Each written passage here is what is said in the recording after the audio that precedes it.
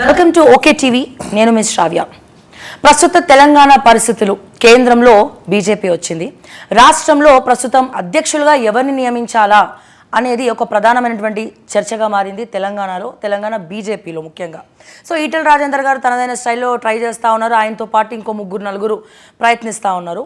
So ఇదిలా ఉంటే కాంగ్రెస్ ప్రభుత్వ పాలన కావచ్చు, సో ఈరోజు ఓవైసీ చేసినటువంటి సెన్సేషనల్ కమెంట్స్ కావచ్చు, మరి ప్రస్తుతం బీజేపీ పార్టీలో చీకోటి ప్రవీణ్ పరిస్థితి ఏంటి?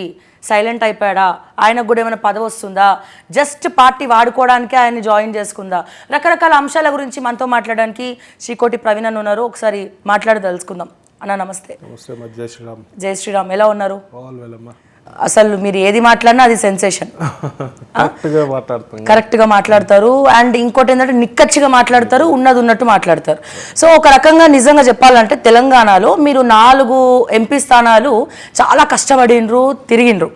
సో దానివల్ల మీకేమొచ్చిందో తెలియదు, కానీ మీ వల్ల 4 ఎంపీలు అయితే గెలిచిరని అందరి అభిప్రాయం. మరి చీకోటి ప్రవీణ్కి దక్కిందేంది? బీజేపీ నమ్ముకొని బీజేపీ పార్టీలకు వచ్చిన తర్వాత మొన్ననే నేను జాయిన్ అయ్యి 7-8 మంత్స్ అయింది.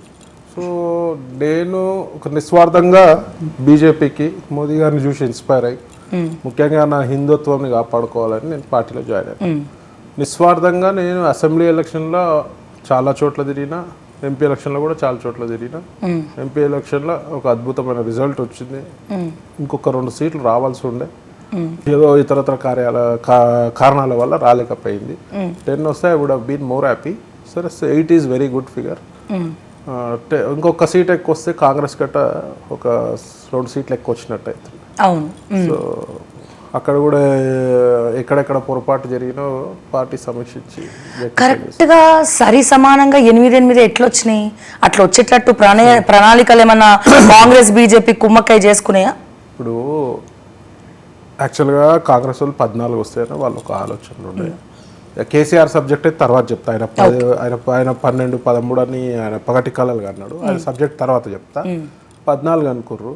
ఈ షార్ట్ పీరియడ్ 6 మంత్స్ గవర్నమెంట్లోనే ప్రజలలో వ్యతిరేకత వచ్చింది కాంగ్రెస్ పైన. ముఖ్యంగా ఏవైతే హామీలు ఇచ్చారో అవి నెరవేర్చకపోవడం. రేవంత్ రెడ్డి గారు ఏ స్పీడ్లో అయితే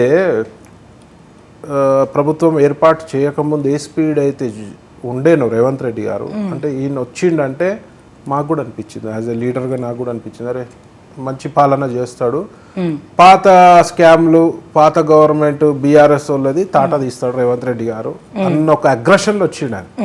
అందరూ తెలుసు ఆయన ఈజ్ అన్ అగ్రెసివ్ లీడర్ అని. ఎప్పుడైతే సీటు మీద కూర్చున్నాడో మరి కాంగ్రెస్ పార్టీ లోపల ఉన్న ఏమైనా ప్రాబ్లమ్సా వాళ్ళకి? ఎందుకంటే కాంగ్రెస్ పార్టీలో ఒక్కడు ఉంటే ఒకడు కాలు గుంజుతూనే ఉంటాడు, ఒక్కడిని కూడా ఎగలేయరు. లేదంటే లోపల ప్యాకేజెస్ కి బీఆర్ఎస్ వాళ్ళ దగ్గర డబ్బులు, ఇండియాలో హైయెస్ట్ డబ్బులు ఏదైనా పార్టీకి ఉంది బీఆర్ఎస్ పార్టీకి. సో మరి ఏమైనా ప్యాకేజ్ ఇచ్చి కొనుక్కుర్రా తెలియదు, చల్లబడిపోయారు. ఆయన సీట్స్ అమలాయించుకున్నాడు, సరిపోతుంది. ఈ హామీలు ఇవ్వవలసిన హామీలు నెరవేర్చని పరిస్థితి. వీళ్ళు ఫస్ట్ చాలా డబ్బులు ఉన్నాయి తెలంగాణ గవర్నమెంట్ దగ్గర, బ్యాంకులలో అకౌంట్లలో విపరీతమైన డబ్బులు ఉన్నాయని చెప్పి ఒక భ్రమలో ఉండే వీళ్ళు. వాళ్ళు తెలియకుండా 7 లక్షల కోట్లు అప్పు చేసి మన అందరిని ఎత్తిపోయి ఒక గుదిబండని మోపిపోయారు. ఇవాళ వాళ్ళు మంచినవారు, కాంగ్రెస్ వాళ్ళు మంచినవారు, ప్రజలు ఇవాళ ఏడుస్తున్నారు. ఆ 6 మంత్స్ గ్యాప్లో ప్రజలకు ఈ విషయం అర్థమై ఇవాళ మాకు పట్టం కట్టి ఇప్పటిదిప్పుడు ఎలక్షన్ అయిందనుకో, ఇలా వన్ సైడ్ బీజేపీ రాష్ట్రంలో గవర్నమెంట్ ఫామ్ చేసే పరిస్థితి. ఈసారి బీజేపీ ఓడిపోతుందని కేంద్ర ప్రభుత్వం కావచ్చు, కేంద్రంలో ఉన్నటువంటి కొంతమంది పెద్దలు భయపడ్డారా లేదా? ఇక్కడ సెంట్రల్ కేంద్రంలో గెలుస్తారా లేదా అని చెప్పి.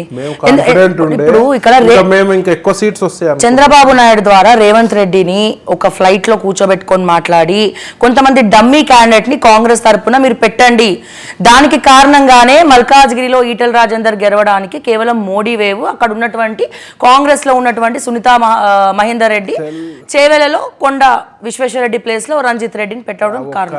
వాళ్ళు ఏ కారణాలతోటి వీక్ క్యాండిడేట్లను పెట్టారో మనకు తెలియదు. వీక్ అని మనం అనుకుంటున్నాం. ఇలా మల్కాజ్గిరి ఆమె కొత్త కానీ గుడ్ క్యాండిడేట్. చేవెళ్ళలో కూడా రంజిత్ రెడ్డి స్ట్రాంగ్ క్యాండిడేట్. అది ప్రజలు యాక్సెప్ట్ చేయలేకపోయారు. రంజిత్ రెడ్డిని ఇమీడియట్గా పార్టీ మార్చి రావడం వల్ల ప్రజలు యాక్సెప్ట్ చేయలేదు. ఇవన్నిటి పక్కన పెడితే మోదీ వేవ్ అనేది సౌత్లో మంచి, ముఖ్యంగా తెలంగాణలో బాగా వేవ్ నడిచింది. రామ మందిరం కారణం కావచ్చు, ఏదైనా ఉన్నది.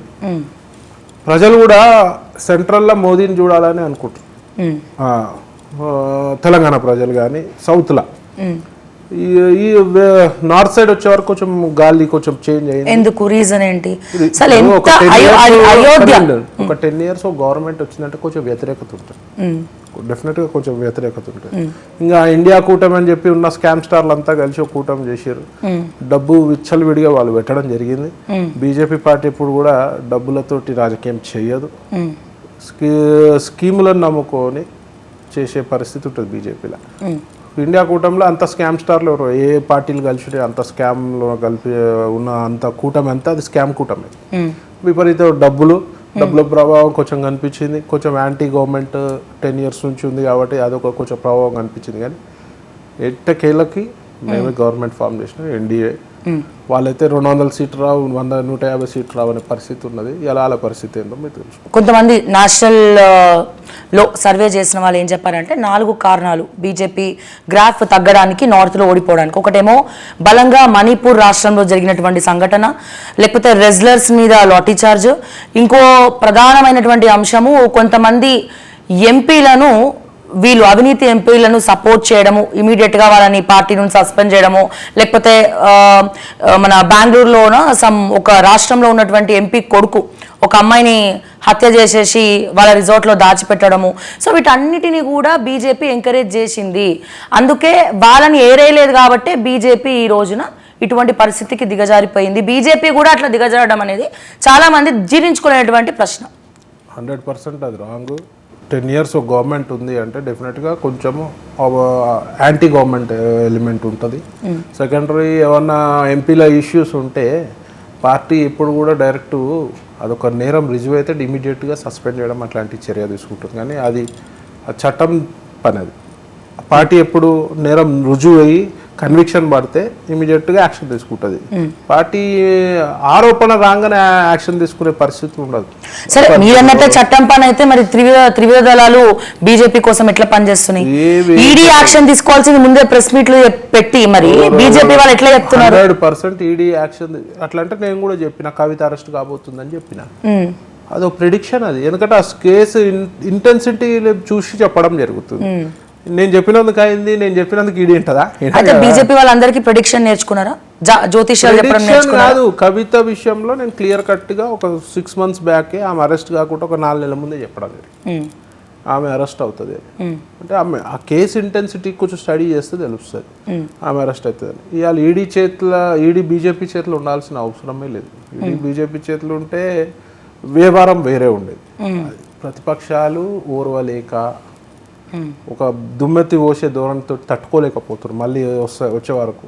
సో రకరకాల ఆరోపణలు వస్తాయి, అవన్నీ పట్టించుకోవాల్సిన అవసరం లేదు. సరే, ఒక చిన్న క్వశ్చన్ అడుగుతా ఇక్కడ. అయోధ్య రామ మందిరము అసలు దేశ విదేశాల నుంచి ఆ రోజు రావడం జరిగింది. అండ్ అదే రకంగా ఈ అయోధ్య రామ మందిరం వల్లనే సౌత్లో కూడా బీజేపీ గ్రాఫ్ అనేది పెరిగింది. సో ఖచ్చితంగా బీజేపీ ఇక్కడ చాలామంది ఎంపీ స్థానాలు గెలుచుకుంది.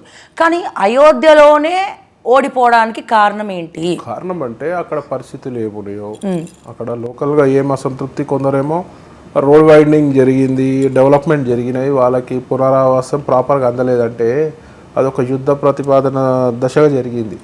బీజేపీ ప్రభుత్వంలో ఎవరికి అన్యాయం జరగదు.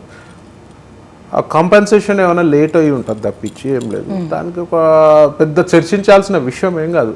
రామ మందిరం అనేది నేషనల్, ప్రపంచంలో ఉన్న హిందువుల ఒక గౌరవానికి చెందిన విషయం. అది you should be proud that అక్కడ రాముడు పుట్టిన ప్రదేశంలో ఎలా రామ మందిరం జరిగింది అనేది ప్రతి ఒక్క హిందూ ప్రౌడ్గా ఫీల్ కావాలి. ఎవరు చేయలేని పని 500 ఏళ్ల కళను సాకారం చేసింది మోదీ గారు సాకారం చేసింది. దాన్ని అప్రిషియేట్ చేయాల్సింది పోయి విమర్శించే పరిస్థితి ఉంది అదర్ పార్టీ హిందూస్. సో అది తప్పని నేను చెప్పడం జరుగుతుంది. అది ప్రూవన్ ప్లేస్ అది. So that place belongs to Rama మందిరం, దట్ ప్లేస్ బిలాంగ్స్ టు రాముడు.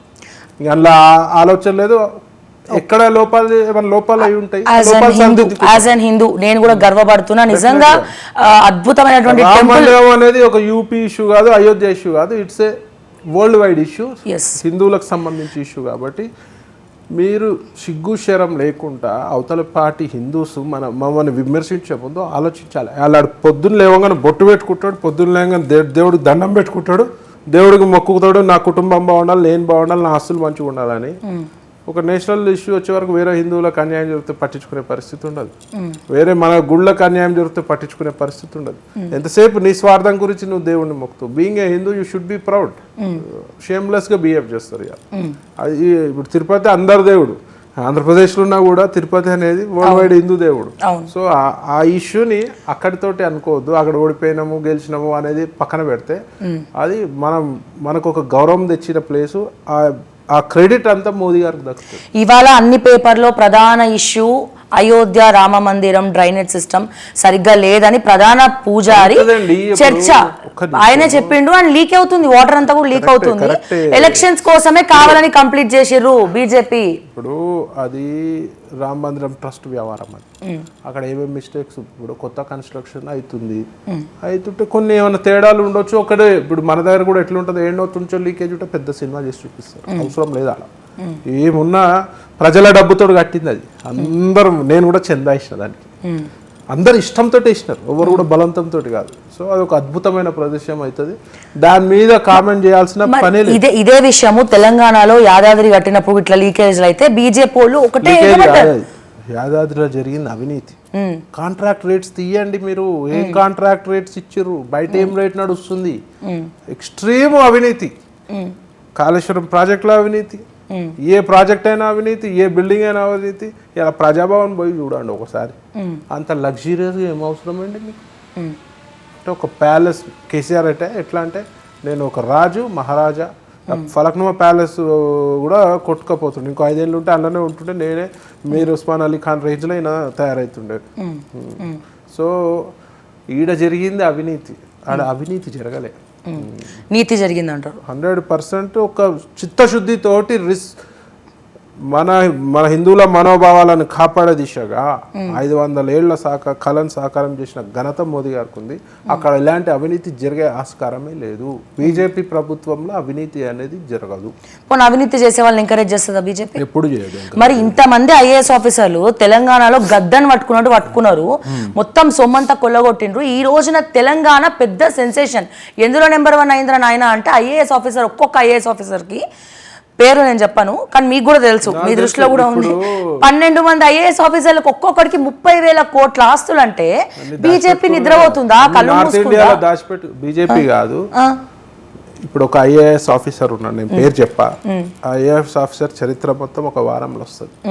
మీ టీవీ ద్వారానే, ఇంకో కొన్ని టీవీల ద్వారా చరిత్ర మొత్తం ముందర పెడతా. సిబిఐకి లెటర్ రాస్తా, పబ్లిక్ లా ఈడీకి లెటర్ రాస్తా, నేషనల్ దృష్టికి, మా బీజేపీ అధిష్టానం దృష్టికి తీసుకెళ్తా. వీళ్ళపై తక్షణంగా వీళ్ళపై విచారణ జరపాలి. ఒక సిట్టింగ్ జడ్జిలతోటి విచారణ జరిపి వీళ్ళ ఆస్తులు ఏమున్నాయి అన్నీ కూడా ఈడీ సిబిఐ దర్యాప్తు చేసి ఈ ఆస్తులు కూడా సీజ్ చేయాలని చెప్పి వీళ్ళపై కేసులు పెట్టాలి. ఎందుకంటే చాలా పెద్ద ఎత్తున ఉన్నాయి. ఆల్రెడీ వాళ్ళు చదువుకున్న ఎటు పోతాయి, చదువుకున్న అన్ని బయటకు వస్తాయి. సెంట్రల్ గవర్నమెంట్ దృష్టికి తీసుకోబోతున్నా. ఇంకా కొన్ని ఆధారాలు ఒక 40% 50% వచ్చినాయి, ఇంకొక 50% ఆధారాలు వచ్చినాక ప్రాపర్గా చేద్దాం.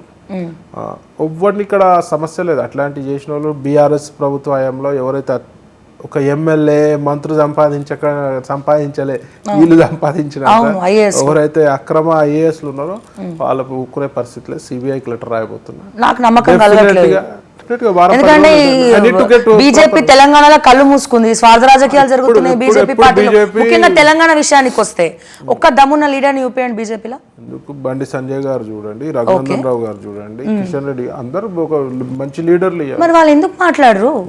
ఐఏఎస్ గురించి ఎందుకు మాట్లాడరు? ఇప్పుడు నిన్న రేవంత్ రెడ్డి గారు ఇప్పుడు ఇవాళ వాళ్ళకి పోస్టింగ్ ఇచ్చిన సర్కారు, ఇవాళ ఒక ఐఏఎస్ అధికారి అవినీతికి పాల్పడ్డ ఆరోపణలు ఉంటే విచారణ ఎవరు చేయించాలి? కేంద్ర ప్రభుత్వం చేయించాలి. ఫస్ట్ ఇక్కడ వాళ్ళు చేయించాలి. ఇలా పోస్టింగ్లు ఇచ్చి కూర్చోబెట్టారు కదా, మరి ఇక్కడ గవర్నమెంట్ పోస్టింగ్ ఇచ్చి కూర్చోబెట్టారు కదా, ఇవన్నీ వారం తర్వాత మాట్లాడదాం. ఎందుకంటే అవన్నీ ప్రాపర్ ప్రూఫ్స్ వచ్చినాక మనం మాట్లాడితే మీడియా ముందు మాట్లాడితే కూడా బాగుంటుంది. డెఫినెట్గా మీ ఛానల్ ద్వారానే మాట్లాడదాం. ఓకే. సో ఈ లోపల నాకు ఇన్ఫర్మేషన్స్ వస్తాయి, ఆల్రెడీ 50% వరకు ఉన్నాయి. ప్రాపర్ పెట్టుకొని మాట్లాడదాం. ఒక 2-3 ఐఏఎస్ల గురించి మాట్లాడదాం, డెఫినెట్గా మాట్లాడదాం. భయపడేదే లేదు. చికోటి ప్రవీణ్ అన్నట్టు ప్రజల సొమ్ము కూడా తిన్నాడు అంటే డెఫినెట్గా కక్కిద్దాం. అది బీజేపీలో ఉన్న వాళ్ళైనా క్వశ్చన్ చేస్తారు. డెఫినెట్గా ఎవరు బీజేపీలో అవినీతికి ఆస్కారం లేదు, కానీ అవినీతి పరులను చేర్చుకుంటారు. అదే తప్పు మీరు చెప్పేది. ఇలా నాపై ఆరోపణలు వచ్చినాయి, దునియా ఆరోపణలు వచ్చినాయి, నేను బీజేపీలోకి పోతే నువ్వు అందుకు పోయినావు. ఏం అవినీతి నేను చేసినా, నాది చట్టబద్ధంగా చేసే వ్యాపారం నేను చేసిన. సో నరం నేను నాలుక నోటికి వచ్చినట్టు మాట్లాడి బురద తల్లుతారు, ఎందుకంటే అగ్రెసివ్ మాట్లాడతాం కాబట్టి. వాళ్ళని పట్టించుకోవాల్సిన అవసరం లేదు, చట్టం పని తాను చేసుకుంటూ పోతుంది. లైట్ తీసుకోమంటారు వాళ్ళ గురించి. అరే వాళ్ళు ఒర్లుతూనే ఉంటారు, వాళ్ళు ఒర్లుతూనే కదా మనకి. ఇప్పుడు నన్ను అన్నారు అనుకో, వాళ్ళకి సంతోషం. బీజేపీలో పోయినావు, ఈడీ కేసులు తప్పించుకోనికి 2 years తర్వాత ఓడెందుకు పోతాడండి? అప్పుడే 3 నెలల కిందనే నేను పోతుంటి. ఈడీ రైడ్ కాగానే 3 నెలలకే నేను పోతుంటి. తెలివిలేని మాటలు. అలా నేను ఒక 6 నెలలు నేను ఆలోచించిన ఏ పార్టీలో జాయిన్ అయితే బాగుంటుంది. నా ప్రజలు ఈడీ తర్వాతనే కదా నాకైతే ఫేమ్ వచ్చింది, అభిమానులు వచ్చింది ఈడీ తర్వాతనే కదా, జనాలు యూత్ ఇష్టపడేది ఈడీ తర్వాతనే కదా. 100%. మరి నేను ఆలోచించి ఏ పార్టీ అయితే బాగుంటుంది. నేను ఒక హిందూ రక్షకుడి అంటే హిందూయిజం గురించి కొట్లాడతావు, గోవు గురించి కొట్లాడతావు కాబట్టి బీజేపీ పార్టీ సెలెక్ట్ చేసుకో. ఇంత తిరిగినా నేను ఏ పదవులు ఆశించలేదే. డెఫినెట్గా నాకు పదవి వస్తుంది. ఎందుకంటే పదవి ఎందుకు కావాలి? ఒక పవర్ కావాలి నాకు, లేకపోతే వీళ్ళని తట్టుకోవాలంటే కష్టం. ఓవైసీ లాంటి వాళ్ళని వీళ్ళని ఎదిరించాలంటే ఒక పవర్ కావాలి. ఒక ఇండివిజువల్కి ఒక లిమిటెడ్ శక్తి ఉంటుంది. ఒక పవర్ పాయింట్ ఉందనుకో, ఫుట్బాల్ ఆడుకుంటే వీళ్ళతో తప్పులు చేసి మీరు ఎదురిస్తారంటారు. డెఫినెట్గా మొన్న 2 ఆడపిల్లలు బాగా గట్టి కొట్లాడారు, ఆవులను తీసుకెళ్ళి. బీజేపీ ఏం సపోర్ట్ చేసింది వాళ్ళకి? ఎందుకు? డెఫినెట్ మాధవలత గారు పోయినారు, రాజాసింగ్ గారు మాట్లాడినారు, రాజాసింగ్ గారు పోయినారు. ఎక్కడ ఒక్కటి అడుగుతా నేను, ఇవాళ హిందువుల పార్టీ బీజేపీ పార్టీ అనుకుందాం చేసేపటి, వేరే పార్టీలు హిందువులు లేరా? ఉన్నారు కదా. మా పార్టీలో ఎంతమంది ఉన్నారు, మీ పార్టీలో ఎంతమంది ఉన్నారు? మరి ఏ కమ్యూనల్ ఇష్యూ అయినా, ఏ హిందూ సోదరునికి దెబ్బలు తాకినా, ఏ హిందూ సోదరుడిపై దాడికి జరిగినా ఎవరు స్పందిస్తారు?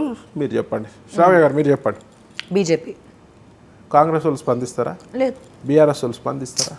మరి ఇవాళ ఎవరు పని చేస్తారు హిందూయిజం గురించి చెప్పండి.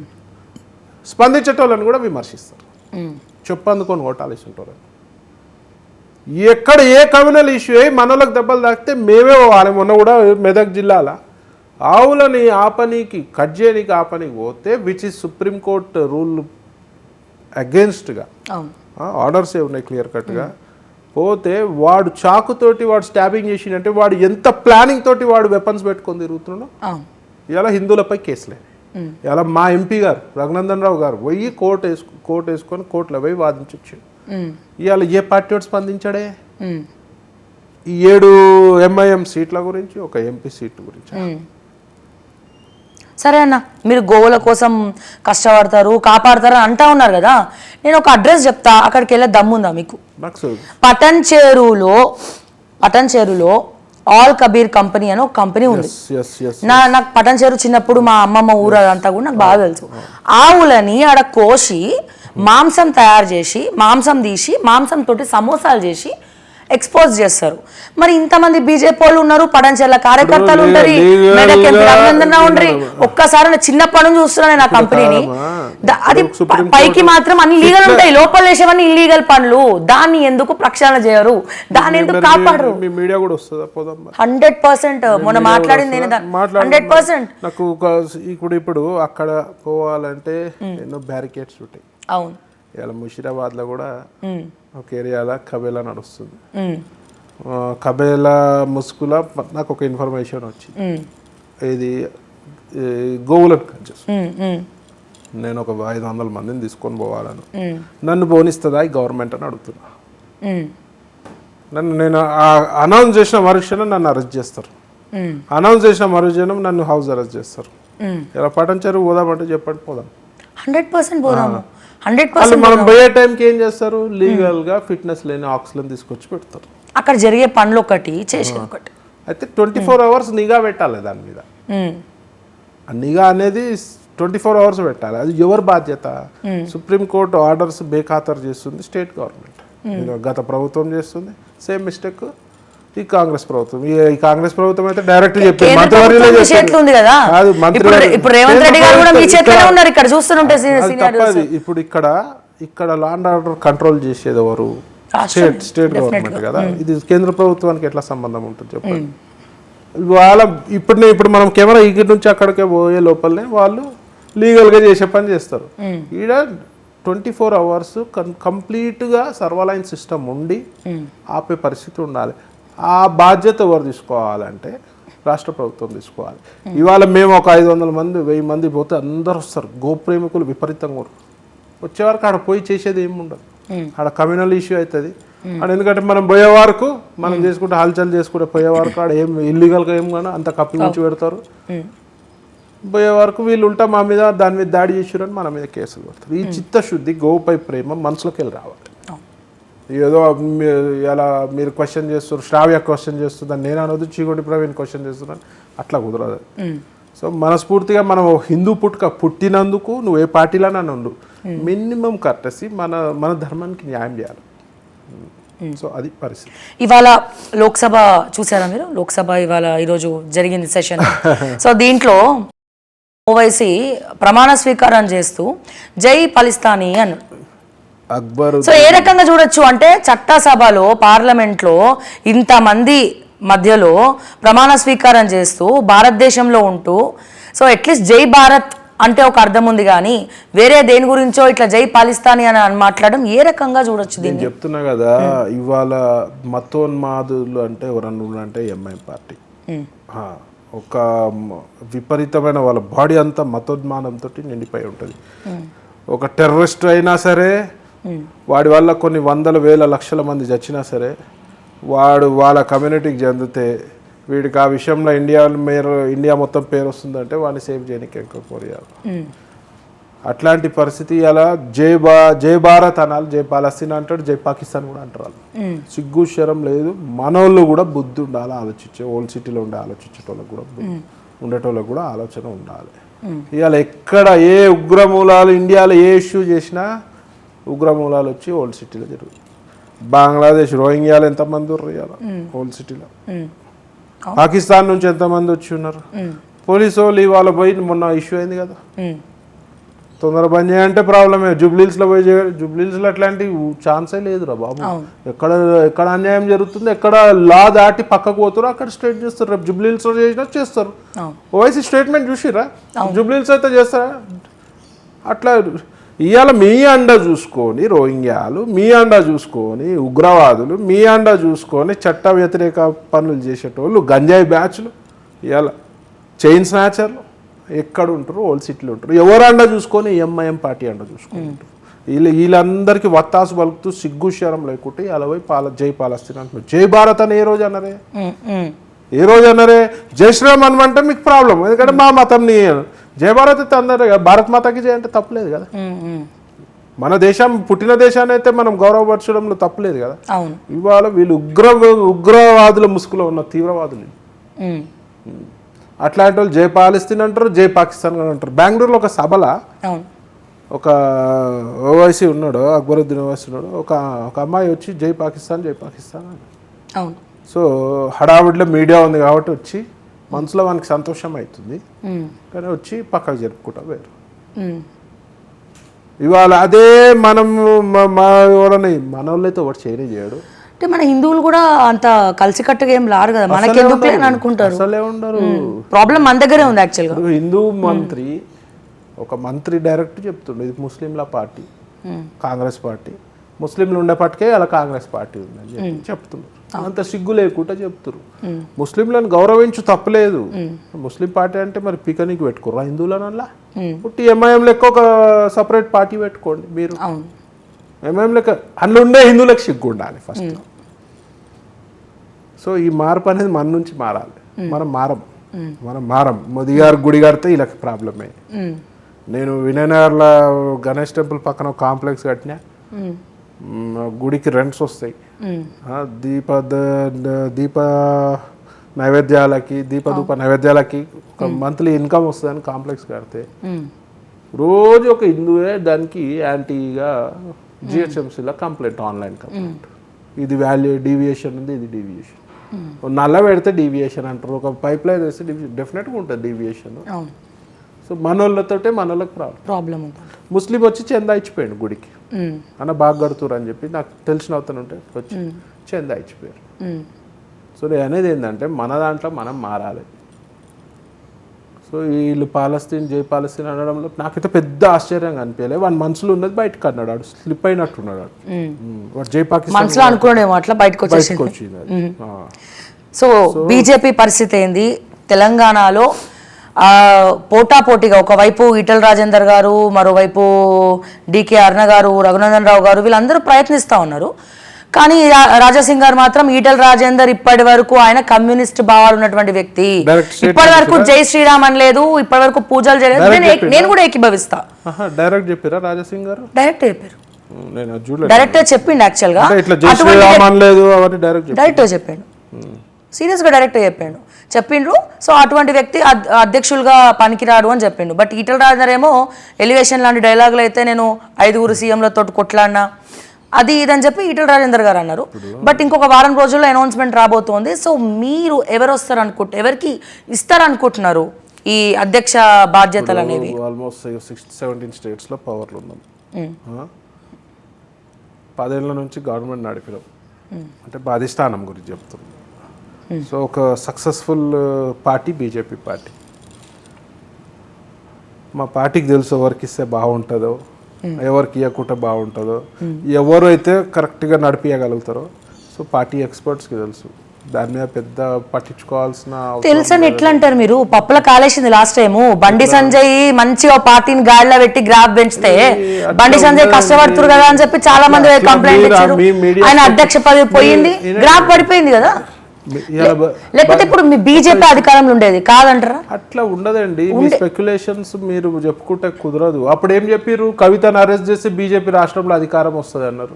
మరి ఈడీ మా చేతులుండి మా చేతులుండి కవిత అరెస్ట్ చేస్తే మాకు అధికారం వస్తుందంటే అధికారం అందరికి కావాలి కదా. బీజేపీ పార్టీకి తెలంగాణ అధికారం కావాలి కదా. మరి ఈడీ మా చేతులు, ఈడితోటి మేము మంచిగా కవితను అరెస్ట్ చేపిస్తుంటే అలా రాష్ట్రంలో గవర్నమెంట్ ఫామ్ చేస్తాం. లోక్సభలో చేసారు కదా, అసెంబ్లీ అప్పుడు చేసి ఉంటే వచ్చేది. లోక్సభ మన కవిత నేషనల్ లీడరా? ఒక్క నిమిషం, అసెంబ్లీ అప్పుడు చేసేది ఉండే. అదే మా చేతిలో ఈడీ ఉండదు. ఈడీ వాళ్ళ ఓన్గా ఇండివిజువల్గా చేసుకుంటూ పోతుంది. ఆధారాలు ఎట్లుంటాయో దాన్ని బట్టి రేపు కోర్టుకి జవాబు చెప్పొద్దా? చెప్పాలి కదా. ఇదే ఈడీ నా మీద రైడ్ చేసింది కదా, మరి నన్ను ఎందుకు అరెస్ట్ చేయలే? ఎంతో మంది మీద రైడ్ చేసింది కదా, అరెస్ట్ చేసి బీజేపీలో చేరారు. అరే అదే తప్పు. అప్పుడే చేయాలి కదా. 2022 జూలైలో నా మీద ఈడీ రైడ్ అయినప్పుడు మరి అప్పుడే చేయాలి కదా. నేను మొన్న వచ్చిన పార్టీలకి ఇదే తొందరపాటు. మీరు కూడా మాట్లాడొద్దు అట్లా. ఈడీ అనేది ప్రాపర్ ప్రూఫ్స్ పెట్టుకోవాలి, రేపు కోర్టులో చూపించుకునే పరిస్థితి ఉంటుంది. ఈడీ అనేది ఒక అత్యున్నతమైన దర్యాప్తు సంస్థ. ఏదో ఆల్తుపాల్తీలు నా మీద దొంగ కేసులు పెట్టిరు చూడు, ఎఫ్ఐఆర్లు బీఆర్ఎస్ ప్రభుత్వం ఓల్డ్ సిటీలో అట్లా ఇష్టం వచ్చినట్టు ఆడ గజ్వేల్లో పెట్టిరు చూడు.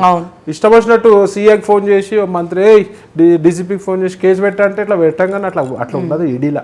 రేపు జవాబు చెప్పుకునే పరిస్థితి ఉండాలి. ఈడీకి దాని మీద ఉన్న గౌరవం పోతుంది. ఆ కేసు ఇంటెన్సిటీ ఏముంది, ఏముంటుంది, దానివల్ల ఏం నష్టం అవుతుంది, వీళ్ళని అరెస్ట్ చేయకపోతే రేపు సాక్షులను ఎలా ప్రభావితం చేసి తారుమారు చేస్తారు అనేది దాని ప్రకారం చర్యలు తీసుకుంటారు.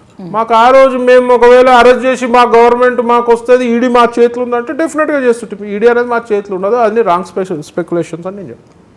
సరే ఇదంతా కాదు, మీరు స్ట్రైట్ గా చెప్పండి. మీ మనసులో ఎవరున్నారు, ఎవరుంటే బాగుంటది అనుకుంటున్నారు? నేను ఒక ఆఫ్టర్ ఆల్ బీజేపీ కార్యకర్తలే కదా రేపటి బీజేపీ అంతా వారసత్వం ముందుకు తీసుకెళ్లాలా? నా మనసులో ఒక 2-3 నాయకులు ఉన్నారు. చూద్దాం ఎవరు వస్తారో. మీరు కూడా బయటకు చెప్తలేరు, ఇదివరకు అన్ని చెప్తుండే, ఇప్పుడు చెప్తలేరు. బీజేపీ పార్టీ అంటే ఒక క్రమశిక్షణ కలిగిన పార్టీ, వరల్డ్ లో నంబర్ 1 మెంబర్షిప్ ఉన్న పార్టీ. క్రమశిక్షణకు మారిపోయారు బీజేపీ పార్టీ. సో ఆ పార్టీలో ఒక క్రమశిక్షణ కలిగిన సైనికుడు నేను. సో ఎవరన్నా రాని అధ్యక్షుడి కింద నేను పనిచేస్తాను. నా ఒపీనియన్తో పని లేదు. నా ఒపీనియన్ ఏముంటుంది, పార్టీని మంచిగా ముందుకు నడిపించే వ్యక్తి కావాలి. రేపు తెలంగాణలో నెక్స్ట్ గవర్నమెంట్ అధికార దిశగా మనం ప్రయాణం చేయాలి. పార్టీని బలోపేతం చేయాలి, యువతరాన్ని ఎంకరేజ్ చేయాలి, జాయినింగ్స్ పెట్టుకోవాలి. సో ఏ లీడర్ సమర్థవంతంగా వస్తాడో వచ్చినా కూడా వాళ్ళ కింద మేము పనిచేయడానికి రెడీ ఉన్నాం. ఇప్పుడు మీ పార్టీలో 2-3 చేరినోళ్ళు ఉన్నారు, మొన్న రీసెంట్గా చేరినోళ్ళు ఉన్నారు, వాళ్ళు కొన్ని స్కాములు చేసి ఉన్నారు. అది నేను నరేంద్ర మోడీ గారికి కూడా ఫ్యాక్ట్ చేసిన. ఇక పేర్లు చెప్పమంటారా? మరి చెప్తే మీకు ఇబ్బంది. ఇప్పుడు ఈటల రాజేందర్ గారు ఉన్నారు ఫర్ ఎగ్జాంపుల్, సివిల్ సప్లైస్ మంత్రిగా ఉన్నప్పుడు 5,000 కోట్ల స్కామ్ చేసిండు బహిరంగంగా. బహిరంగంగా ప్రూఫ్స్ నా మీద కూడా అన్నారు కదమ్మా, 2,000 కోట్లకు 5,000 కోట్లకు ఉన్నాడు, స్కామ్లు చేసిండు, 40,000 కోట్లు మనీ అక్కడిక్కడ చేసిండు అని. మరి ఏమి మీ దగ్గర ప్రూఫ్స్ లేకపోవచ్చు అన్న, నా దగ్గర 200 పేజీల డాక్యుమెంట్లు ఉన్నాయి, అన్ని వేస్ట్ అంటారు. సో ఇప్పుడు అటువంటి అవినీతి పరులకు బీజేపీ అవకాశం ఇస్తే రానున్న కాలంలో తెలంగాణలో బీజేపీ కూడా మరుగున పడిపోతుంది అంటున్నా. కరెక్ట్, కానీ బీజేపీ అట్లాంటి అవినీతి పరులు ఎవరు కూడా దగ్గర రానియదు. బీజేపీ పార్టీలో అవినీతి పరులకు స్థానం లేదు. చూద్దాం. ఓకే, కొన్ని రోజులు అవుతే తెలిసిపోతుంది కదా డెఫినెట్ మనకి. డెఫినెట్, ఎందుకంటే కేంద్రంలో రానున్న కాలంలో మళ్ళీ బీజేపీ రాదు. వస్తే చాలా సంతోషం. ఈసారి 250 సీట్లకే పరిమితమైంది. 400 దాటొచ్చండి, 400 వస్తాయన్నారండి. రాజకీయంలో ఎనీథింగ్ ఈజ్ పాసిబుల్. మొన్న 11 సీట్లు రాలేదు జగన్ కి, లాస్ట్ టైం ఎన్ని సీట్లు వచ్చినాయి మీకు తెలుసు. మీరు అట్లా మాట్లాడొద్దు. నో మనం చేసే పని నాకు బీజేపీ అంటే అమితమైన ప్రేమ కనబడుతుంది. అమితమైన ప్రేమ ఉందో మీరు మనసులో? నేను ఇప్పుడు జర్నలిస్ట్ గా అడుగుతున్నా, బీజేపీ మీద కోపంతో అడిగినట్టు. లేదు ఇప్పుడు మొన్ననే డిసైడ్ చేయండి, సీట్లు తగ్గిపోయినాయి. ప్రజలు తగ్గుతాయి, మళ్ళీ ఎట్లా పెరుగుతాయి? డబ్బు ప్రభావం ఉన్నది, మందు ప్రభావం ఉన్నది. డెఫినెట్ గా కొంచెం కారణము యాంటీ గవర్నమెంట్ 10 years నుంచి ఉంది కాబట్టి డెఫినెట్ గా దానికి కొంచెం కారణం ఉంటది. ఇవాళ ఒక్క స్కామ్ లేదే 10 ఏళ్ళ. కాంగ్రెస్లో ఎన్ని స్కామ్లు ఉన్నాయి చెప్పండి, కాంగ్రెస్ కూటమిలో ఎన్ని స్కామ్లు ఉన్నాయి చెప్పండి. ఇవాళ 2G స్పెక్ట్రమ్ స్కామ్ ఇండియాని షేక్ చేసిందా? సిగ్గు లేకుండా బోఫోర్ స్కామ్ చేసిరా. కాంగ్రెస్ 60 ఏళ్ళ పాలనలో ఎన్ని స్కామ్లు, పెద్ద పెద్ద స్కామ్లు, ఒక దేశ బడ్జెట్ని శాసించగలిగిన స్కామ్లు అవి. Bofors scam, coal India scam, గడ్డి స్కాము, వాళ్ళ కూటమిలోనే ఉన్నారు కదా. మరి వెస్ట్ బెంగాల్లో దునియా స్కామ్లు, అల్లుడు వదేరా స్కామ్లు, ఇన్ని స్కామ్లు ఉన్నాయి. ఇన్ని స్కామ్ల కూటమే అది. మరి వాళ్ళు డబ్బులు అడ్డగోలు, ఇవాళ డబ్బులు మోదీ గారు రావద్దని పాకిస్తాన్ లాంటి ఉగ్రదేశం, చైనా లాంటి శత్రు దేశాలు కోరుకున్నాయి. అవును, ఆ విషయమే ఇంటర్నేషనల్ మాఫియా కలిసి కట్టుగా డబ్బులు విడుదలనాయి కొంచెం ఉంటుంది. అయినా కూడా ఇలా ఫామ్ చేసినాం కదా. ఇలా ఎంత గ్రేట్. థర్డ్ టైం, ఇప్పుడు 1960s 3 times వచ్చింది, 3rd time 4th time. జనాలు బాగుండాలి, మన కుటుంబం బాగుండాలి, మన దేశం బాగుండాలి, మన రాష్ట్రం బాగుండాలి, మన పిల్లల భవిష్యత్తు బాగుండాలంటే డెఫినెట్గా మోదీ సర్కార్ తోటి సాధ్యం.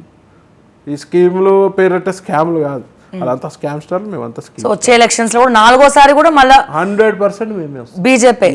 అబ్సల్యూట్లీ. ఒక స్కామ్ చూపియమ్మా, 10 ఏళ్లలో ఒక స్కామ్ బీజేపీలు చేసి చూపించలేరు. ఎందుకంటే బీజేపీ అనేది ప్రజల శ్రేయస్సు కోసం.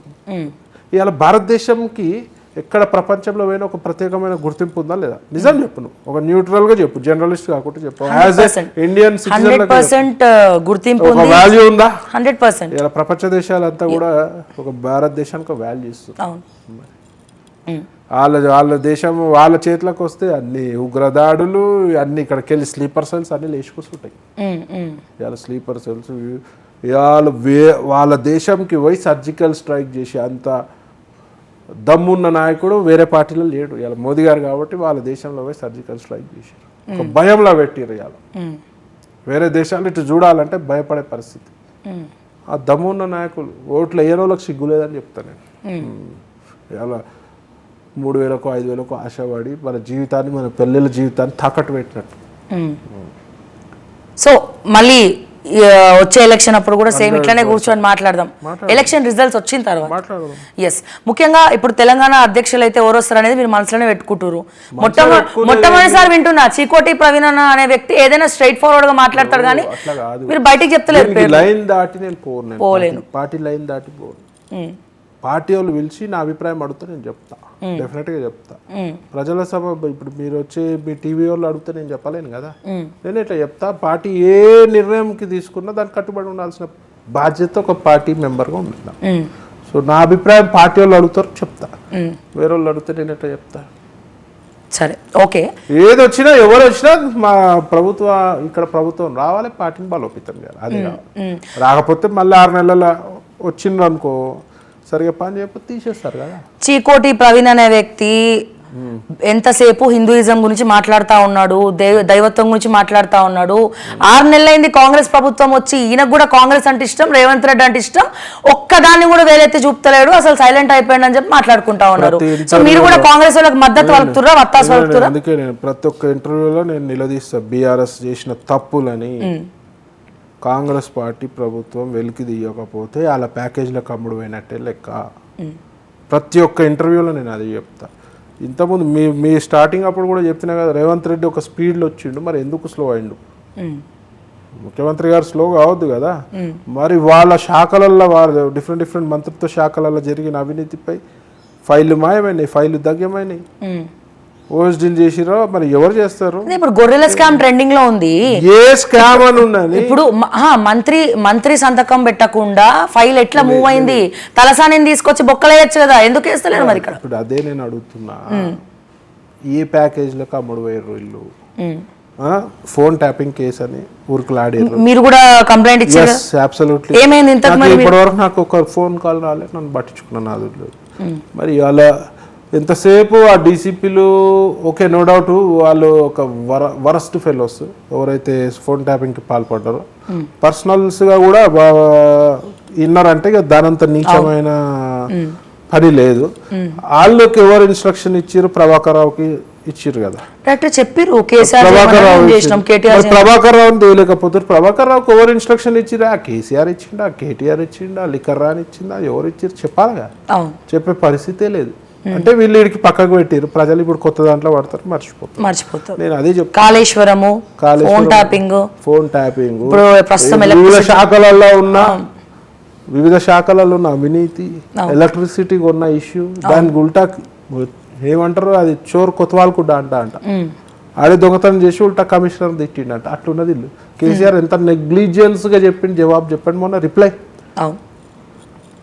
ఎంక్వైరీ చేసే ఆఫీసర్ని నువ్వే పోవాలని అన్నాడు. అంటే వాళ్ళకి భయం భక్తి లేదు, కమిటీలోకి వెళ్ళిపోవాలి. మీకు అర్థమవుతుందా? వాళ్ళ ధైర్యం ఏంది? డబ్బులు. ఇవాళ వాళ్ళ దగ్గర ఉన్న డబ్బులు ఏ పార్టీ దగ్గరలు, ఏ సీఎంల దగ్గరలో ఇండియాలో. సో వాళ్ళు ఏంది, అవసరం పడ్డప్పుడు డబ్బులు ఇట్లా వారేస్తాం. కాంగ్రెస్ వాళ్ళకి డబ్బులు కావాలి, పైసలు లేవు. ఇప్పుడు రకరకాల అంశం వస్తుంది. కాళేశ్వరం విషయంలో 2500 కోట్లు ఒక ఐఏఎస్ ఆఫీసర్ డీల్ కుదిరిచ్చిండు, రేవంత్ రెడ్డికి ముట్టినాయి, అవే తీసుకెళ్లి కాంగ్రెస్ హైకమాండ్ కూడా అప్పచెప్పిండు అని మీ దృష్టికి ఏమైనా వచ్చిందా? నేను విన్నా, కానీ మరి వీళ్ళ ఇప్పుడు నేను తొందరగా ఆరోపణలు నమ్మ, నా మీద రకరకాల ఆరోపణలు వచ్చినాయి, నా విషయం ఎగ్జాంపుల్ తీసుకో, తొందర నమ్మ. కానీ యాక్షన్లో లేరు కదా. అవును, సో నమ్మాల్సి వస్తుంది. వీళ్ళు అసలు ఏమి యాక్షన్ పట్టించుకుంటూనే లేరు కదా. సో మరి ఆ స్పీడ్ ఎందుకు లేదు? మరి ప్రజలు గమనిస్తారు. ఇలా 6 నెలలకి ఈ పరిస్థితి ఉంది.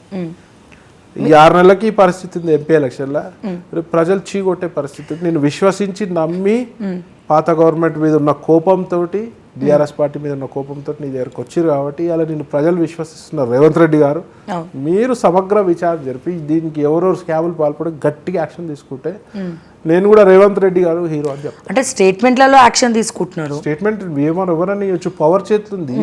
మీరు విచారణ జరిపియండి, సిట్టింగ్ జడ్జిలతో విచారణ జరిపియండి. లేదా మాకు చేత కాదు, సిబిఐకి లెటర్ రాయండి, ఈడీకి లెటర్ రాయండి, మీ గవర్నమెంట్ తరఫున మాకు చేత కాదు, మేము చేయలేమని చెప్పి. ఎందుకు చేత కాదండి? డబ్బులకు కొనుక్కుంటేనే కదా భయపడేది. సో ఇప్పుడు మీరు పరిపాలన గురించి మాట్లాడమంటే ఏం మాట్లాడతారు? అడ్మినిస్ట్రేషన్లో ఫెయిల్ అయ్యిండు, ఆయనకి ఏం తెలియట్లే, కోతికి కొబ్బరి చిప్పు వచ్చినట్టు అవుతుంది పరిస్థితి అని చెప్పి బయట ప్రతిపక్ష నేతలు కావచ్చు చాలా మంది మాట్లాడుతూ ఉన్నారు. సో 6 గ్యారెంటీలు కావచ్చు, వివిధ చాలా రకాల 6 గ్యారెంటీలో ఇంప్లిమెంట్ చేసే పరిస్థితి లేదు. గవర్నమెంట్ దగ్గర ఫండ్ లేదు. చెప్తున్నా కదా, వీళ్ళు ఫస్ట్ ఏమనుకున్నారు, బాగా ఫండ్ ఉంది, లంక బిందెలు ఉన్నాయి, మస్తు ఉన్నాయి అంత టూత్ పాలిష్ చేసి చూపిస్తారు కేసీఆర్. అట్లీస్ట్ కేసీఆర్ కి అబద్ధాలతో డబ్బులు తెచ్చుకునే తెలివని ఉన్నది. సరే, తర్వాత మనమే కడతాం అప్పులు, స్టేట్ గవర్నమెంట్ అప్పులు. వీళ్ళకి ఆ తెలివి కూడా లేదు. వీళ్ళకి అబద్ధాలు నమ్మే పరిస్థితి లేరు. వాళ్ళన్న మాయ మాటలు చెప్తాడు, అరచేతిలో స్వర్గం చూపిస్తాడు కేసీఆర్. వీళ్ళకి అది చాలు. వీళ్ళ అంటేనే పోనీ కన్నా తెప్పించుకుందాం అంటే వీళ్ళు ఇంకో కాంగ్రెస్ వాళ్ళు ఇంకో పెద్ద లీడర్ వీళ్ళు కాలు పట్టి కూస్తారు. వాళ్ళకు కూడా ఏముంటది, ఈయన పడిపోవాలనే ఉంటది మనసులో. రేవంత్ రెడ్డి ఫెయిల్ కావాలి, ఫెయిల్ అయితే నేను సీఎం క్యాండిడేట్ గా ఉండొచ్చు, లేదా ఈ రేవంత్ రెడ్డి చేతిలో పార్టీ ఫెయిల్యూర్ అయిందని చెప్పి. ఇప్పుడు 8 సీట్లు వచ్చినాయి కాబట్టి దాని కూడా దునియా డిస్కషన్స్ అవుతుంది. మరి మీ బీజేపీ వాళ్ళు రేవంత్ రెడ్డిని కూడా గుంజుకునే ప్రయత్నం చేస్తా ఉన్నారు. ఒక 1 year తర్వాత రాజకీయాలు మారిపోతే వాళ్ళు వీళ్ళవచ్చు వీళ్ళు వాళ్ళవచ్చు, చంద్రబాబు నాయుడు ఇన్ఫ్లుయెన్స్ తో 20 మంది ఎమ్మెల్యేలను తీసుకొస్తారు రేవంత్ రెడ్డి. ఇప్పుడు ఒక మంచి నాయకుడు అవినీతి ఆరోపణ లేకుండా వస్తాను, డెఫినెట్ గా రేవంత్ రెడ్డి గారిని తీసుకుంటాం, ఎవరినైనా తీసుకుంటాం. నీకు ఇష్టమైతే రేవంత్ రెడ్డి రావడం పార్టీలో? మాకు పార్టీ బలోపేతం కావాలి కదా. అవినీతి ఆరోపణ లేకుండా క్లీన్ చీట్ ఉన్న నాయకుడు వస్తే మాకేం ప్రాబ్లం లేదు. ఓకే, రేపు అందరూ వచ్చి విలీనం చేసినా నాకేం ప్రాబ్లం. మరి ఇప్పుడు వీళ్ళందరూ రావాలనా? ఈడీ రైట్స్ జరుగుతా ఉన్నాయి. బీఆర్ఎస్ ఎమ్మెల్యేలని కాంగ్రెస్ తీసుకుంటుంది. కాంగ్రెస్ ఎవరు తీసుకోవడానికి? మా బీజేపీలకు రావాలంటే వీళ్ళ మీద రైట్స్ చేయాలా? అందుకే గూడెం మైపాల్ రెడ్డి మీద రైట్ జరిగినాయి ఏమున్నా, ఆయన మీద దునియా అవినీతి ఆరోపణ 100% అది దునియా అవినీతి ఆరోపణ. వాడు పోయి ఒక ల్యాండ్ బ్యాంక్ అనుకోండి, ఫ్యాక్టరీల పరిస్థితి ఇప్పుడు అది ఒక బిజీ ఇండస్ట్రియల్ ఏరియా, అక్కడ ఏంది పరిస్థితి అనుకోండి, దునియా అవినీతి ఆరోపణలు ఉన్నాయి. 1000 కోట్ల ఆస్తులు ఇంతకుముందు లేని ఎక్కడి నుంచి వస్తాయండి? 2 terms ఎమ్మెల్యే చేసిన వాళ్ళకి ఏమొస్తాయి చెప్పండి?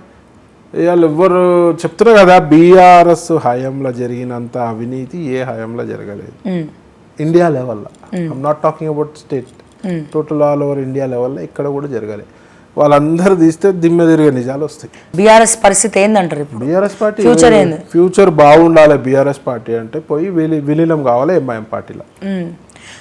ఎంఐఎంలో విలీనం అయితే 7 ఎమ్మెల్యే సీట్లు ఉంటాయి, ఒక ఎంపీ. బీజేపీలో విలీనం అయితే అంటున్నా నేను.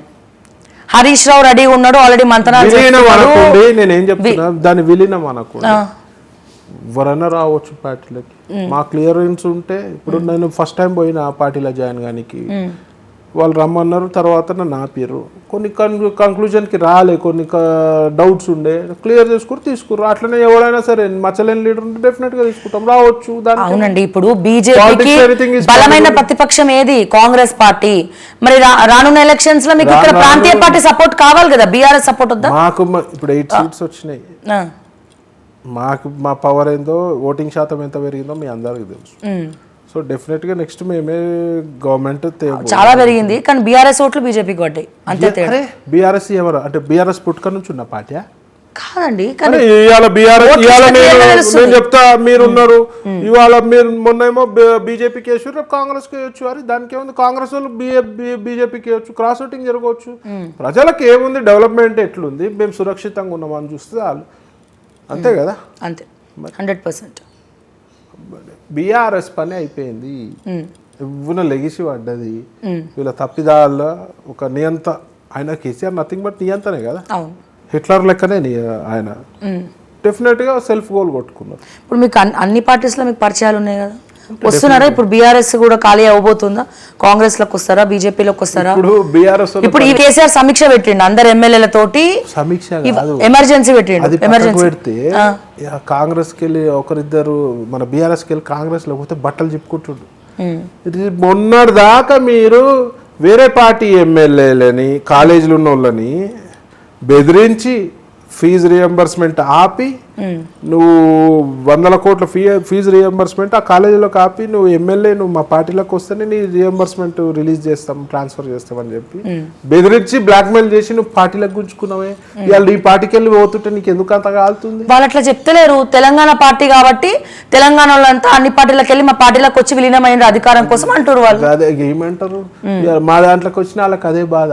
మీరు చేసిన పనే రేపు. ఇప్పుడు రంజిత్ రెడ్డి ఉన్నాడు, ఆయన మన బాన్ బీఆర్ఎస్ కార్యకర్తనా కాదు కదా, ఏదో పార్టీ నుంచి వచ్చి రోలే కదా. సో వీళ్ళకి తట్టుకోలేకపోతారు, ఎందుకంటే కేసీఆర్కి ఎప్పటికీ పవర్ కావాలి. కేసీఆర్కి ఎనీ టైం డబ్బుల మీద కేసీఆర్కి పిచ్చి తక్కువ, పవర్ పిచ్చి ఎక్కువ. కింద డిపార్ట్మెంట్ డబ్బుల పిచ్చి హరీష్ రావు అనుకోండి, కేటీఆర్ అనుకోండి, కవిత గారు అనుకోండి, వీళ్ళకి డబ్బుల పిచ్చి. పవర్ పిచ్చి వచ్చేసి కేసీఆర్కి. సో ఇవాళ బర్దాష్ అయితే లేదు వాళ్ళకి. ఒక హీరో లెక్క ఉండి టప్ అని పడిపోయింది అని చెప్పి మీ తప్పిదాలే మిమ్మల్ని చేసినాయి. సో మొత్తం జీరో అయిపోతుంది అంటారు. జీరో కాదు, అసలు కిందికి వెళ్ళిపోతుంది, పాతాళ లోకమే. పాతాళ అందులో ఇంకా మా నోరైతే అస్సలు మంచిది కాదు. నా నోరైతే అసలే మంచిది కాదు. అంటే కేవలం మిమ్మల్ని అరెస్ట్ చేసిరు, మిమ్మల్ని ఇబ్బంది పెట్టారని కోపంతో చెప్తురా, శాపనాలు పెడుతురా? డెఫినెట్గా హిందువులపై దాడి, గోరక్షకులపై దాడి, మర్డర్ అటెంప్ట్ చేస్తుంటే కాపాడటం లేదు, ఉల్టా వీళ్ళపైన కేసులు. పోలీసు వ్యవస్థ మొత్తం బీఆర్ఎస్కి అనుకూలంగా పనిచేసింది. ఇక గోవు మనం ఒక దేవతతోటి కంపేర్ చేసి పూజ చేస్తాము. గో హత్య జరుగుతుంది అని అంటే పట్టించుకుంటలేడు. వీళ్ళు ఎంకరేజ్ చేస్తారు. పొద్దున్న లేవగానే సంకలనం నాకుతారు ఓవైసీ. మళ్ళీ పొద్దున్న లేవగానే యాగాలు, నా ఫామ్ హౌస్ లో యాగాలు. కేసీఆర్ అంత పెద్ద భక్తుడు లేడు. హిందువులు బంధువులు అన్న నువ్వు భక్తుడు అంటే వండి అమ్ముతాడు. ఎన్ని రోజులు అమ్ముతారు? ఆ కలర్స్ ఊసరు వెళ్ళి కూడా సిగ్గుపడుతుంది ఇలా చూసి. ఇప్పుడు కాంగ్రెస్ పార్టీలో ఇప్పుడు కాంగ్రెస్ అధికారంలోకి వచ్చిన తర్వాత చాలా పోర్ట్ఫోలియోలు, అంటే సుమారు 6-7 పోర్ట్ఫోలియోలు రేవంత్ రెడ్డి దగ్గర పెట్టుకున్నారు. ఇంకా విద్య, మెయిన్ విద్యా ఎమర్జెన్సీకి పెట్టుకున్నారు. ఎమర్జెన్సీ ఎవడన్నా పార్టీలో జాయిన్ అయితే పెద్ద లీడర్ వస్తే వాళ్ళకి వెనక్కి పెట్టుకున్నారు. మీ దృష్టికి వచ్చిందంటే ఇప్పుడు అద్దంకి దయాకర్కి మంత్రి పదవి ఇస్తా అంటారు, మీకు ఏమైనా తెలుసా దాని గురించి? అద్దంకి దయాకర్కి డెఫినెట్ గా ఏమి ఇయ్యరు. ఎందుకంటే ఖచ్చితంగా చెప్తున్నా. ఎందుకంటే పనిచేసిన గుర్తింపు ఉండదు. అచ్చా, మీరు ఆ రూట్లో వచ్చారు ఆ పార్టీలో, కాంగ్రెస్ పార్టీలో. అయితే కాంగ్రెస్ పార్టీలో అయితే రెడ్డి అన్న ఉండాలి. అద్దంకి దయాకర్ దళిత బిడ్డ. అవును, సాక్రిఫైస్ చేసిన అన్నాడు రేవంత్ రెడ్డి. అద్దంకి దయాకర్ కోసం చాలా సాక్రిఫైస్ చేసిన, క్షమాపణలు చెప్పినా అంటున్నారు. ఏం సాక్రిఫైస్? కాంగ్రెస్ పార్టీ కష్టకాలంలో ఉన్నప్పటి నుంచి ఉన్నాడు అద్దంకి దయాకర్. అద్దంకి దయాకర్ అనేట ఆయన ఒక మా రాముడిపై ఉల్టా సీదా మాట్లాడినందుకు నేను కూడా కౌంటర్ ఇచ్చారు. అది అనేది సెకండ్ పాయింట్. ఒక మనిషి, ఒక కార్యకర్తగా నేను అబ్జర్వ్ చేస్తే కరుడు కట్టిన కాంగ్రెస్ కార్యకర్త. కాంగ్రెస్ పార్టీ బలోపేతం కావాలి, తెలంగాణలో ఒక కీలక పాత్ర పోషించిన వ్యక్తి. మరి అసుంటానికి మరి ఇంతవరకు ఒకటి ఎమ్మెల్యే టికెట్ ఇవ్వలే. అంటే మరి దళితుడని గిట్ట మరి ఇట్లా చేసిరా మరి ఏంటంటే ఆఖరికి పాపం మంత్రి పదవి కూడా ఇస్తా అంటున్నారు. అయితే మీకు తెలుసా 50 కోట్లకు అమ్ముతుర్రట మంత్రి పదవి. కావాలి కదా, గవర్నమెంట్ లో డబ్బులు ఉంటే పాపం మీకు కష్టం ఉండేది కాదు. మీరు కూడా ఒకటి కొనుక్కోకపోయారా అని పోర్ట్ఫోలియో 50 కోట్లు 100 కోట్లు ఇచ్చి కొనుక్కుంటే డబ్బులు లేవు. బీజేపీ కూడా మిమ్మల్ని పట్టించుకోవట్లేదు కదా. లాస్ట్ క్వశ్చన్ ఇదే అడుగుదాం అనుకున్నా. మీ పరిస్థితి ఏంది ఇప్పుడు బీజేపీలో? ఇవాళ రాజస్థాన్ ముఖ్యమంత్రి ఒక నార్మల్ కార్యకర్త, కొన్నేళ్ల నుంచి పనిచేసి వాళ్ళంతా ఎందుకు ఇవాళ మోదీ గారు, అమిత్ షా గారు 90s స్కూటర్ పై ఇద్దరు తిరిగి ఊరూరా గుజరాత్లో ఒక 600-700 గ్రామాలు తిరిగి బీజేపీ పార్టీని ఒక దశకు తెచ్చిండు, స్ట్రాంగ్ చేసుకుంటా. వేరే అసంటి లీడర్ ఇవాళ ప్రైమ్ మినిస్టర్ అయ్యిండు, టీ అమ్ముకునే వ్యక్తి. అమిత్ షా నోవేర్ ఉండే ఇవాళ ఒక పెద్ద హోమ్ మినిస్టర్ అయ్యిండు. రాజస్థాన్ ముఖ్యమంత్రి ఇవాళ ఒక నార్మల్ కార్యకర్త. ఇవాళ గవర్నర్లు, కేంద్ర మంత్రులు, ఎమ్మెల్యేలు, ఎంపీలు నార్మల్ కార్యకర్తలు ఎంతోమంది ఉన్నారు. బెంగాల్లో ఇంట్లో పనిచేసేటామెకి పనిచేసేటామెకి వాళ్ళు ఎమ్మెల్యే టికెట్ ఇచ్చారు, గెలిచింది ఆమె. Still she's doing her work. అంటే బీజేపీ పార్టీలో ఉన్న గొప్పదనమే అది. కార్యకర్తలకి పెద్ద పీట, కష్టపడ్డానికి. ఇవాళ 6 months 8 months అయ్యి వచ్చి నేను ఏదో ఎక్స్పెక్ట్ చేస్తే మాత్రం నాకు తప్పు అవుతుంది. కొందరు అడగవచ్చు, నిన్ననే వచ్చినోనికి ఇలా ఎంపీ ఇచ్చుంటారు. ఆల్రెడీ 2 సార్లు ఎంపీ చేసిన వాళ్ళు, ఒకసారి ఎంపీ చేసిన వాళ్ళు, బ్యాక్గ్రౌండ్ ఏదో ఒకటి. నేను నాకు పొలిటికల్ బ్యాక్గ్రౌండ్ కాదు నా ఫ్యామిలీ, నేను ఒక నార్మల్ ఫ్యామిలీ నుంచి వచ్చిన కాబట్టి ఇట్ టేక్స్ టైం. సో నాకు ఇబ్బంది లేదు, నాకు లేని ఇబ్బంది జనాలకు లేదు. డెఫినెట్గా మనకు మంచి పెద్ద పీట రాబోతుంది, పార్టీ గుర్తిస్తుంది. నేను చాలా కష్టపడ్డా ఎలక్షన్ల గురించి, నా ప్రభావం కూడా బాగున్నది. 100%. సో డెఫినెట్గా గుర్తిస్తుంది. నమ్ముకుంటే, పార్టీని నమ్ముకుంటే ఎప్పుడైనా డ్యామేజ్ కాము. ముఖ్యంగా వారసత్వ రాజకీయాలు లేవు మా పార్టీలో. ఇవాళ పార్టీలో నాయన ఎంపీ, కొడుకు ఎమ్మెల్యే, చిన్న కొడుకు మంత్రి, పెళ్ళాంకి మళ్ళీ టికెట్ కావాలి రాజ్యసభ. ఉన్న 4 పోస్టులు కాంగ్రెస్ పార్టీ పరిస్థితి. బీఆర్ఎస్ పరిస్థితి అదే. మామ, కొడుకు, బిడ్డ, అల్లుడు. వాళ్ళ బీఆర్ఎస్ వాళ్ళు తింటున్నది ఉద్యమకారుల నెత్తుటి కూడు వాళ్ళు తినేది. వాళ్ళ ఉద్యమం గురించి ప్రాణాలు అర్పించిన వాళ్ళ కూడు వాళ్ళు తింటురు. వాళ్ళని విస్మరిస్తూ ఉద్యమకారులు అనేటోడే బీఆర్ఎస్ పార్టీలో లేడు, ఉద్యమ ద్రోహులు బీఆర్ఎస్ పార్టీలో. ఇవాళ హత్యాయత్నాలు, ఉద్యమ టైంలో హత్యాయత్నాలు చేసిన వాళ్ళకి ఎమ్మెల్యే టికెట్ ఇచ్చిండు, వాళ్ళకి ఎంపీ టికెట్ ఇచ్చిండు, వాళ్ళకి మంత్రి పదవులు ఇచ్చున్నాడు, వాళ్ళకి చైర్మన్లు ఇచ్చిండు. ఇవాళ వెళ్ళిపోతారు కదా వాళ్ళు కూడా, వెన్నుపోటు పొడిచేసారు, అయిపోయింది. కేసీఆర్కి అలవాటే కదా చేసే అధ్యక్షే వైసాయిరాగా, అంతే. అధ్యక్షుడు ఎట్లుంటే అట్లా అవుతుంది. అధ్యక్షుడు నక్క అయితే కింద నక్కనే ఉంటారు అంత మొత్తం ఫ్యామిలీ. మా అధ్యక్షుడు పులి, సింహం, మా ప్రధానమంత్రి సింహం. సో బీజేపీ కార్యకర్త కూడా సింహమే, పులే, దేనికి లొంగారు. వాళ్ళంతా గుంట నక్కలు కాబట్టి అన్ని గుంట నక్క పనులే ఉంటాయి. ఎస్, ఫైనల్గా ఈరోజు మీ ఇంటర్వ్యూలో చాలా విషయాలు మనం మాట్లాడుకున్నాం. 2-3 ఛాలెంజ్లు కూడా పెట్టుకున్నాం మనం యాక్చువల్గా. సో ఇవి నేను బాగా గుర్తు పెట్టుకుంటాను ముఖ్యంగా. సో మళ్ళీ ఆ అన్నాచెల్లెల సవాలన్నీ ఈ ఆ ఛాలెంజెస్తో మనం కలుసుకుందాం అతి త్వరలో. డెఫినెట్గా ఈ ఐఏఎస్లది కూడా తీద్దాము. షూర్, తప్పకుండా. డెఫినెట్గా తప్పు చేసిన ఎవరైనా సరే వాళ్ళకి వదిలే సమస్య లేదు. ఇప్పుడు రాధాకిషన్ డీసీపీ దొంగలు ఉన్నారు, వాళ్ళు అనుభవిస్తారు. సో వీళ్ళు కూడా డెఫినెట్గా అనుభవిస్తారు. ప్రజల సొమ్ము తిన్నోడు ఒకడు బాగుపడాడు, దేవుడు సొమ్ము తిన్నోడు ఒకడు బాగుపడాడు, హిందువులను వేధించినోడు ఒకడు బాగుపడాడు, గోహత్య చేసినోడు ఒకడు బాగుపడాడు, మా సనాతన ధర్మాన్ని అన్నోడు ఒకడు బాగుపడాడు. ఎస్, థ్యాంక్స్ అన్న. మీకు త్వరలో ఒక మంచి పదవి రావాలని తప్పకుండా మనస్ఫూర్తిగా కోరుకుంటా ఉన్నాం. వచ్చినా రాకుండా మళ్ళీ ఒక interview. Definite. Thank you so much. All the best.